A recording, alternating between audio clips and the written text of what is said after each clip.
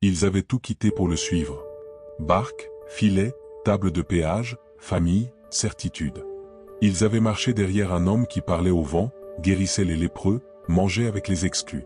Ils l'avaient vu mourir, puis ressusciter. Ils l'avaient entendu leur dire, « Allez par tout le monde ».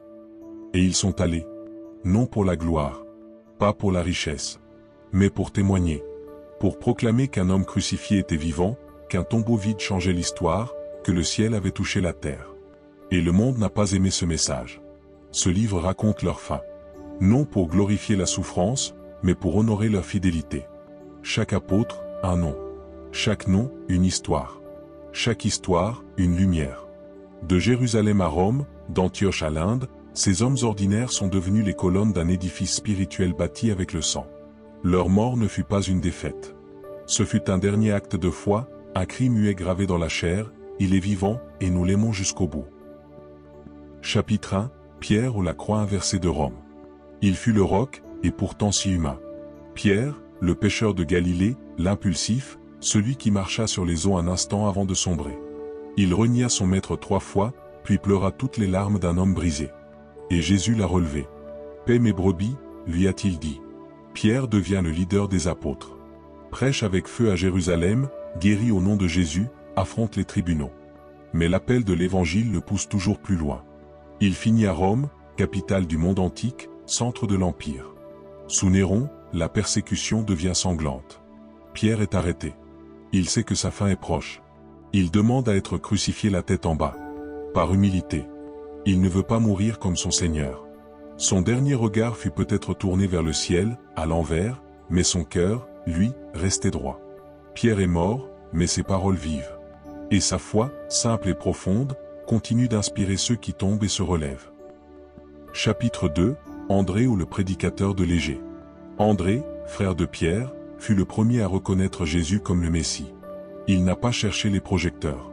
Discret, mais infatigable, il porta l'évangile en Scythie, en Thrace, jusqu'en Grèce. À Patra, il est arrêté.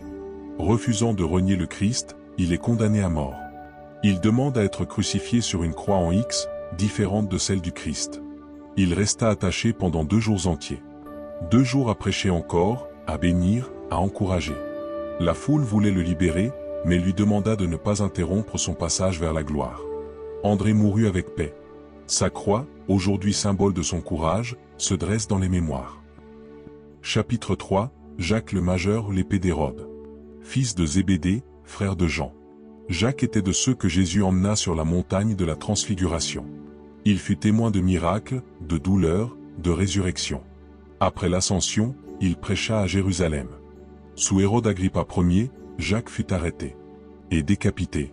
Le premier des 12 a versé son sang. La tradition raconte que l'homme qui l'avait accusé fut si bouleversé par son courage qu'il se convertit et fut exécuté avec lui. Jacques devint patron de l'Espagne. Son tombeau, à Compostelle, est devenu un haut lieu de pèlerinage. Chapitre 4, Jean ou le disciple que Jésus aimait. Jean, l'apôtre de l'amour. Le plus jeune. Celui qui posa sa tête sur la poitrine du Christ lors du dernier repas. Il fut témoin de la croix, recevant la mère de Jésus comme sienne. Jean connut la persécution, fut jeté dans une cuve d'huile bouillante en vain. Exilé à Patmos, il reçut les visions de l'Apocalypse. Il termina sa vie à Éphèse, âgé, respecté, proclamant toujours « Petits enfants, aimez-vous les uns les autres ». Jean est le seul à mourir de mort naturelle. Mais sa vie fut un martyre de fidélité quotidienne. Chapitre 5, Philippe ou le messager de Hiérapolie. Philippe évangélisa l'Asie mineure. À Hiérapolie, il fit face à une population païenne et hostile. Il fut crucifié, certains disent lapidé ensuite. Une tradition veut qu'il ait prêché même en mourant. Son tombeau a été découvert récemment en Turquie, confirmant l'ancrage historique de sa mission. Sa foi simple et puissante continue de résonner. Chapitre 6, Barthélemy écorché vif pour la vérité. Aussi appelé Nathanaël, homme sans ruse. Il évangélisa l'Arménie, l'Arabie, voire l'Inde. Là, il aurait guéri des malades, chassé des démons, mais provoqué la colère des prêtres païens. Arrêté, il fut écorché vif, puis décapité. Une mort atroce, mais une fidélité totale. Il resta fidèle à celui qu'il avait vu sous le figuier. Chapitre 7, Thomas ou le javelot de l'Inde. Thomas, celui qui doutait, devint l'un des plus ardents évangélistes. Il parcourut la Perse, puis l'Inde. Là, il fonda des églises, encore actives aujourd'hui. À Mylapore, il fut transpercé par des lances, victime de son succès missionnaire. Son doute s'était changé en feu. Il mourut en proclamant « Mon Seigneur et mon Dieu ». Chapitre 8, Matthieu l'évangéliste du sang. L'ancien collecteur d'impôts, rejeté par les siens, est devenu auteur de l'évangile le plus structuré. Il prêcha en Éthiopie et en Perse. Il fut poignardé pendant une messe, selon certaines traditions. Sa vie transformée, offerte en sacrifice. Chapitre 9, Jacques le mineur jeté du temple. Frère du Seigneur, premier évêque de Jérusalem. Homme de prière, surnommé le Juste. Il fut jeté du pinacle du temple, puis achevé à coups de bâton. Il priait pour ses meurtriers jusqu'au bout. Sa sainteté marqua la ville, juifs comme chrétiens. Chapitre 10, Thaddée, Jude, le silence des Perses. Apôtre discret, mais courageux. Il partit en Mésopotamie et en Perse. Convertit des rois, fonda des églises. Il mourut martyr, frappé à coups de massue. Son épître, courte mais puissante, exhorte à lutter pour la foi.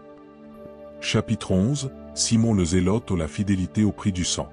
Ancien révolutionnaire, transformé par la paix du Christ. Il prêcha en Égypte, en Perse. Avec Thaddée, il mourut en martyr, crucifié ou découpé. Son zèle fut purifié par l'amour divin. Chapitre 12, Matthias ou le remplaçant fidèle. Élu pour remplacer Judas. Il partit en Cappadoce, puis en Éthiopie. Il fut lapidé, puis décapité. Oublié par l'histoire, mais fidèle jusqu'à la fin. Sa vie est un rappel que Dieu appelle aussi ceux dont on parle peu. Conclusion, le sang qui parle encore. 12 hommes. 12 vies données. 12 lumières qui ne se sont pas éteintes. Leur mort parle encore. Elle n'inspire pas la peur, mais le courage. Car si eux ont tenu, nous pouvons espérer. Leurs tombes ont fleuri en église. Leurs larmes, en espérance. Leur foi, en héritage. À travers eux, une seule voix résonne. Sois fidèle jusqu'à la mort, et je te donnerai la couronne de vie. Apocalypse 2h10.